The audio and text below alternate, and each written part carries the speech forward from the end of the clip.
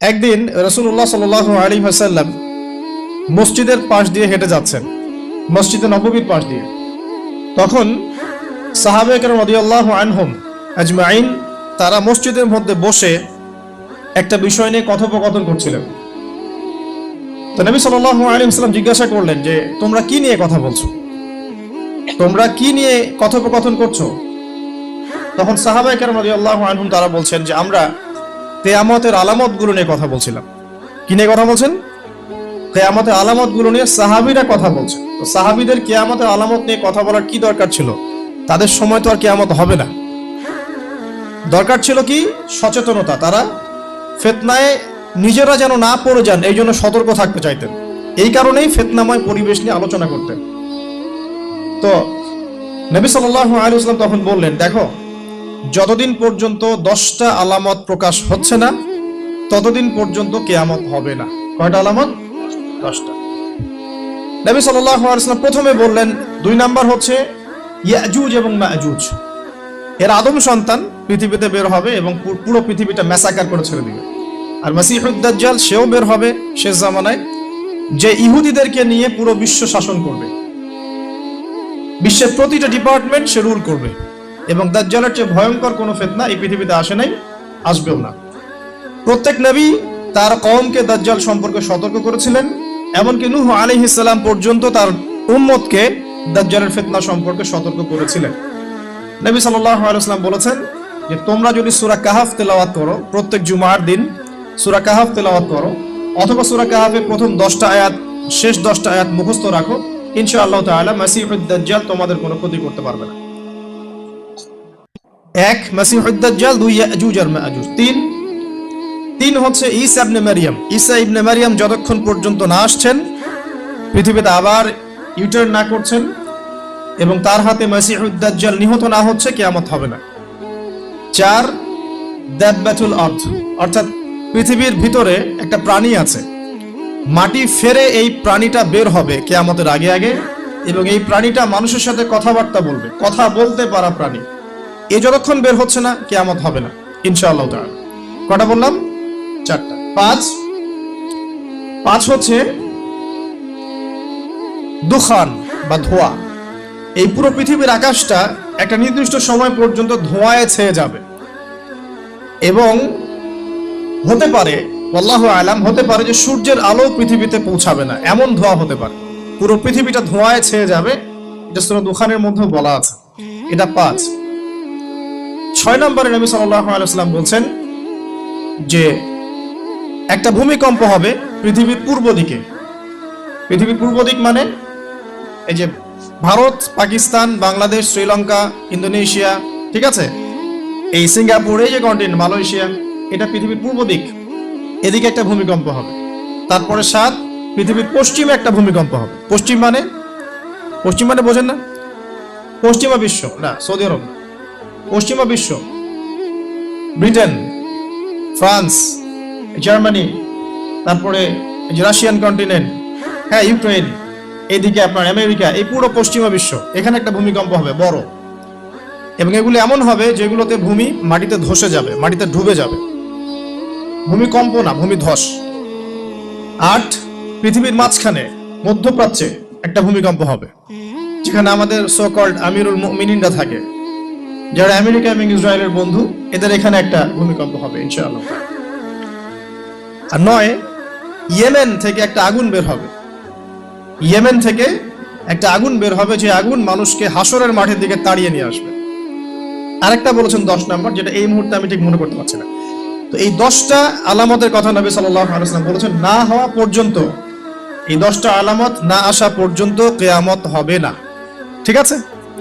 আচ্ছা, এখন এই 10টার মধ্যে সবচেয়ে বড়টা কি? সবচেয়ে বড়টা হচ্ছে মাসিহুদ দাজ্জাল।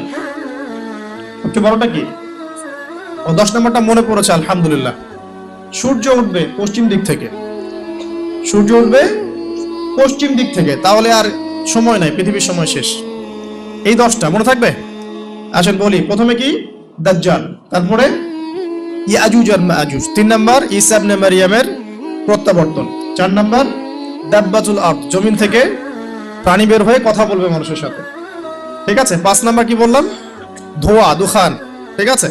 6, 7, 8 তিনটা ভূমিকম্প, পূর্ব দিকে একটা, পশ্চিমে একটা, পৃথিবীর মাঝখানে একটা। 9 নাম্বার ইয়েমেনের নাম শুনেছেন? ওই যে যেখানে সৌদিরা বোম মারছে আর কি, ইয়েমেনের বাচ্চাদেরকে বোম মেরে হত্যা করছে না, জানেন না খবর? তো ওই ইয়েমেনের ছোট ছোট বাচ্চারা শিয়া সুন্নির কি বোঝে আমার বুঝে আসে না। ওই ছোট ছোট বাচ্চাগুলো শিয়া সুন্নির কি বোঝে আমার বুঝে আসে না। আমেরিকার টাকা খেয়ে এরা ঠিকই বোম মারছে কেন? আর এই বোমগুলো তো এরা তৈরি করতে পারে না, আমেরিকার কাছ থেকে কিনে নেয়।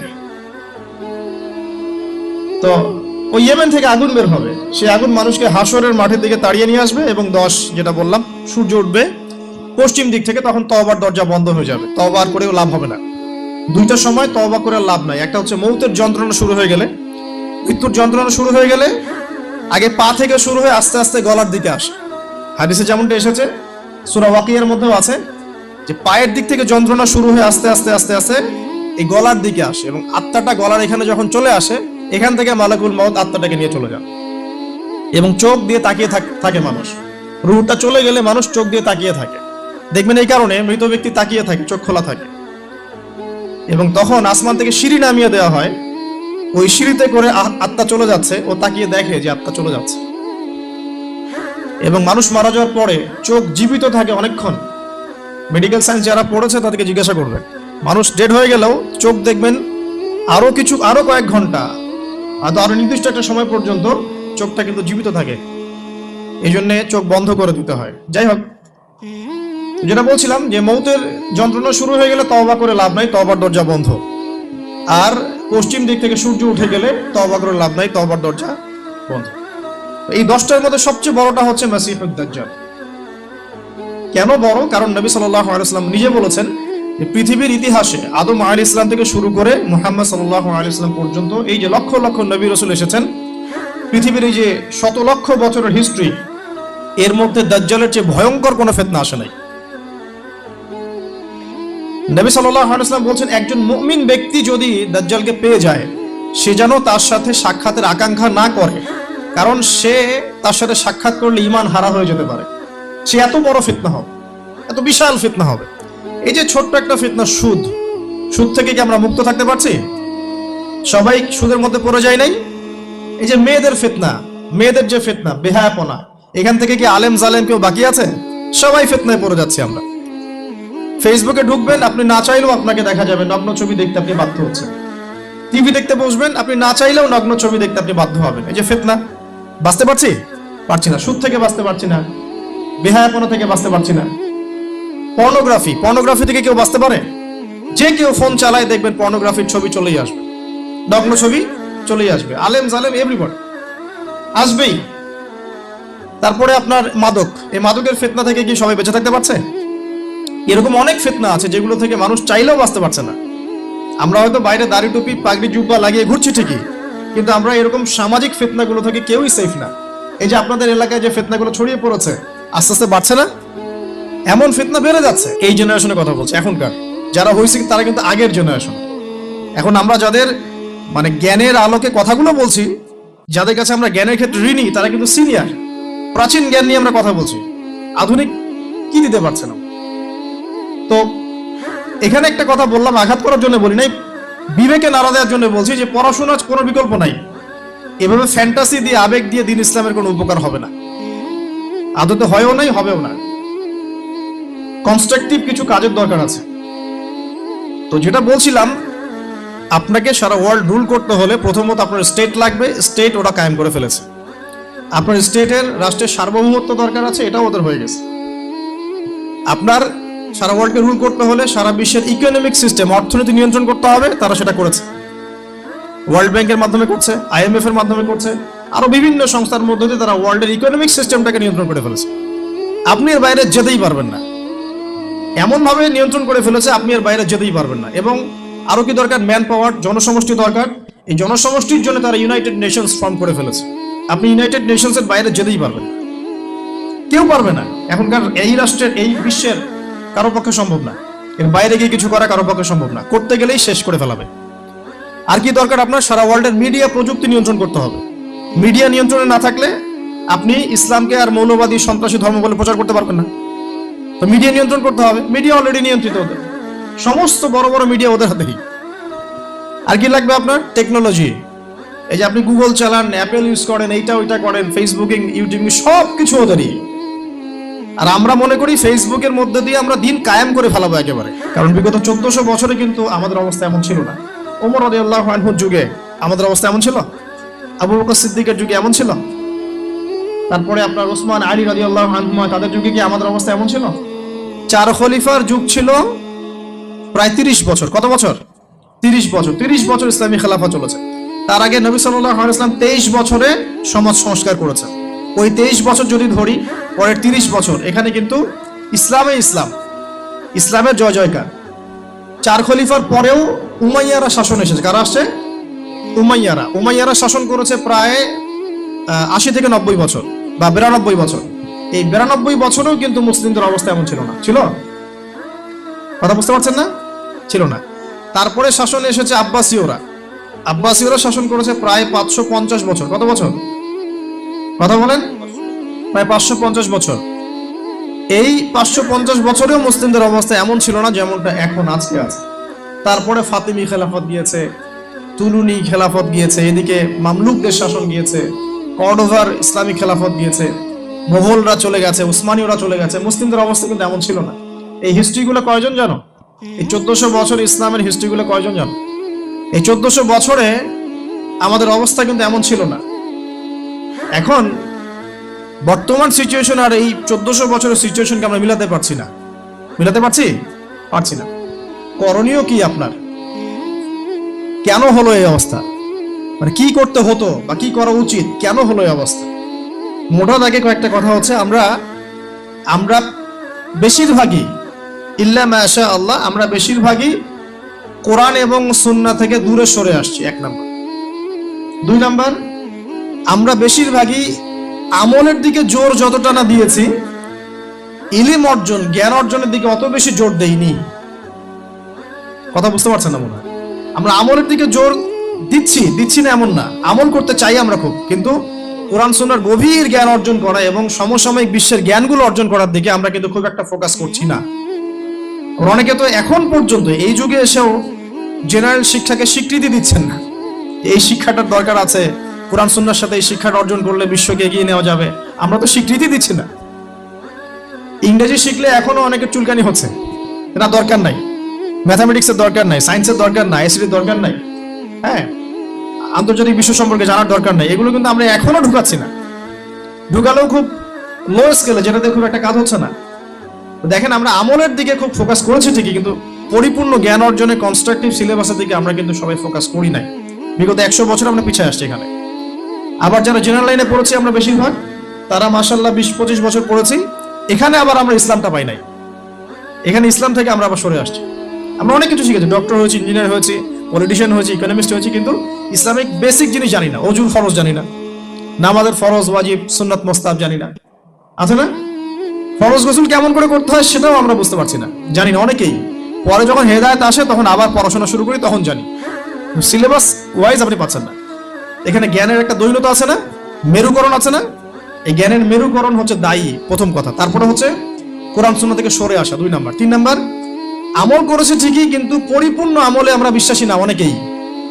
হ্যাঁ, যে আমলগুলো করলে কোনো সমস্যা হয় না সেগুলো করছি ঠিকই, যে আমলগুলো করলে সমস্যা হবে সেগুলো আবার করতে চাই না।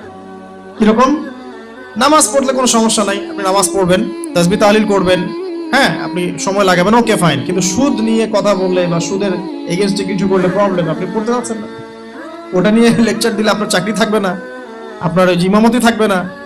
হ্যাঁ, আপনি স্টেজে উঠছেন, মাহফিল কমিটি কানে কানে বলে দিচ্ছে যে এখানে ভাই অনেক সুদখোর আছে, সুদ নিয়ে কথা বলা যাবে না, এখানে ভাই অমুক আছে, ভাই এগুলো নিয়ে কথা বলা যাবে না। হ্যাঁ, আমাদের মাহফিলে যিনি দান করেছেন উনি আবার অনেক বড় তামাকের ব্যবসায়ী, তামাক নিয়ে কথা বলেন, যাই বলেন। এই যে পরিপূর্ণ যে আমল, মানে ইসলামের পরিপূর্ণতা, আমি আমল করব, পারি না পারি আগে বিশ্বাস তো করবো যে হ্যাঁ পরিপূর্ণটাই ইসলাম। এখন পারছি না, সেটা আলাদা বিষয়। এখান থেকে আমরা অনেকে সরে আসছি।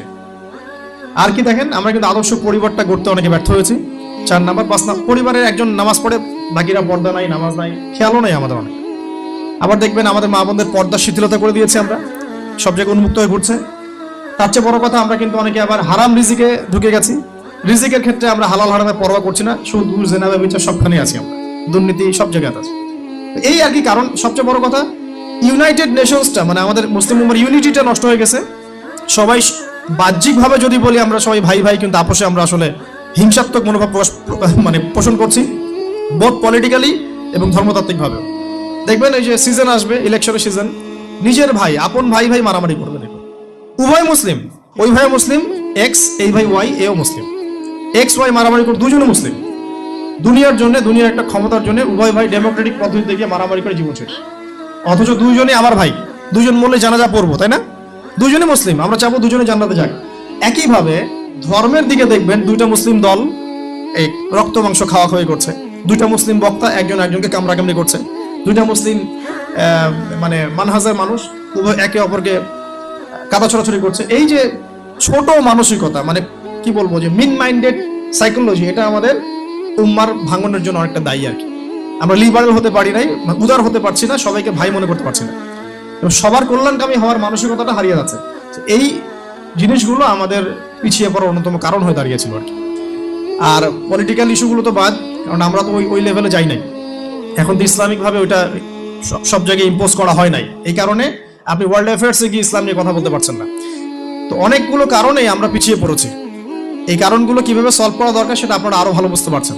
জ্ঞান অর্জনের দরকার আছে, এখন আমল বাড়িয়ে দেওয়ার দরকার আছে, আদর্শ পরিবারের প্রয়োজন আছে, হালাল রিজিকের প্রয়োজন আছে, পর্দায় চলে আসার দরকার আছে, আমাদের আগামী প্রজন্মকে মানুষ করার দরকার আছে, উম্মার ঐক্যবদ্ধতার পিছনে কাজ করার দরকার আছে, এবং ইসলামের বিরুদ্ধে যে বিভ্রান্ত মতবাদগুলা, এগুলোর বিপক্ষে দালিলিক জবাব দেওয়ার প্রয়োজন আছে। এভাবে কিন্তু আমরা আবারও ওই নতুন জায়গায় আসতে পারবো ইনশাল্লাহ। আমি হতাশাবাদীদের অন্তর্ভুক্ত নই আমি ব্যক্তিগতভাবে, এবং এই উম্মাহ কখনো হতাশ হবে না ইনশাআল্লাহ। নবী সাল্লাল্লাহু আলাইহি ওয়াসাল্লাম মাত্র 23 বছরের মধ্যে যদি আইয়ামে জাহিলিয়াতকে পরিবর্তন করে ফেলতে পারেন, তাহলে সেই আল্লাহ যদি জীবিত থাকেন, সেই নবীর সুন্নাহ যদি জীবিত থাকে, এবং সেই কোরআন যদি আমাদের হাতে থাকে, আজকেও সম্ভব সারা ওয়ার্ল্ডের প্রেক্ষাপট পরিবর্তন করা। আমরা বড় স্বপ্ন দেখতে চাই, ছোট স্বপ্ন দেখবেন কেন? বড় স্বপ্ন দেখবেন। এই স্বপ্নের উপর দাঁড়িয়েই তো ইনশাআল্লাহ ইমাম মাহদী এই বিশ্বে ইসলাম প্রতিষ্ঠা করবেন না? তিনি কেমন করে করবেন? তিনি তো একা, কেমন করে করবেন? নিঃসন্দেহে তার কিছু মানুষ থাকবে যারা তার মতো করে চিন্তা করে, যারা পরিপূর্ণ ইসলাম পালনে নিজেকে উৎসর্গ করতেও প্রস্তুত থাকবে। এমন তো কিছু মানুষ তিনি নিয়ে আসবেন, তিনি তো পারবেন। ঈসা ইবনে মারইয়াম তো আসবেন, আমি বললাম 10টা আলামত, তার মধ্যে একটা হচ্ছে ঈসা ইবনে মারইয়াম আসবেন, এবং তিনি এই জুলুমের ভিত্তিটা উপড়ে ফেলবেন। এটা কি এমনি এমনি হবে? অনেক ত্যাগ হবে, অনেক প্রতীক্ষা হবে, অনেক পরিশ্রম হবে, হ্যাঁ, তাদের এফোর্ট থাকবে। সারা বিশ্বের মধ্যে ইসলামটা আল্লাহ যাদেরকে পছন্দ করবেন তাদের মধ্যে দিয়ে ছড়িয়ে দিবেন। একবার না একবার কিন্তু এটা হবেই। আমরা জানি আসন্ন সময়গুলো তাদের বিশ্বকে ডমিনেট করার সময়, কিন্তু তারপরে একটা যুগ আসবে যে যুগে ইসলামের সোনালী সকাল কিন্তু আবারও দেখা যাবে ইনশাআল্লাহ। এখন কনক্লুশন আসার আগে আমি জাস্ট কয়েকটা পয়েন্ট বলে শেষ করে দিই যে নবী সাল্লাল্লাহু আলাইহি ওয়াসাল্লাম, এই জায়গাটা একটু ভালো করে বোঝেন, নবী সাল্লাল্লাহু আলাইহি ওয়াসাল্লাম এমন একটা সমাজকে পরিপূর্ণরূপে পরিবর্তন করে দিয়েছেন যেই সমাজের ম্যাক্সিমাম শিরক করত, ম্যাক্সিমাম মূর্তি পূজা করত, শিরক করত, ম্যাক্সিমাম মানুষ সুদ খাইত, ম্যাক্সিমাম মানুষ মাদকদ্রব্য সেবন করত, মেয়েদের কোনো রকমের সম্মান ছিল না, এমনকি গোত্রীয় হানাহানি চরম পর্যায়ে, কথা কাটাকাটি হতে হতেই রক্তক্ষয়ী সংঘর্ষ হয়ে যেত, আমরা যেটাকে আইয়ামে জাহিলিয়াত বলি।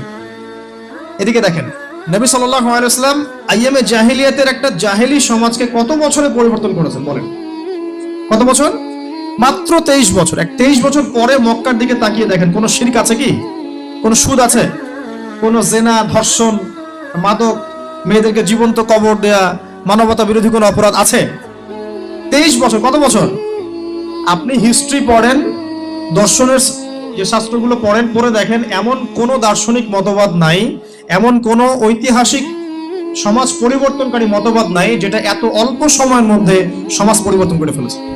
আমি চ্যালেঞ্জ করলাম। আমি নিজে পড়েছি হিস্ট্রি, আপনি পড়েন, আমরা ফিলোসফি পড়েছি, আপনি পড়েন, যে কোনো সভ্যতার কথা বলেন, ওই মার্ক্সীয় সভ্যতার কথা বলেন, আপনি ইতালির সভ্যতা বলেন, ব্যাবিলনের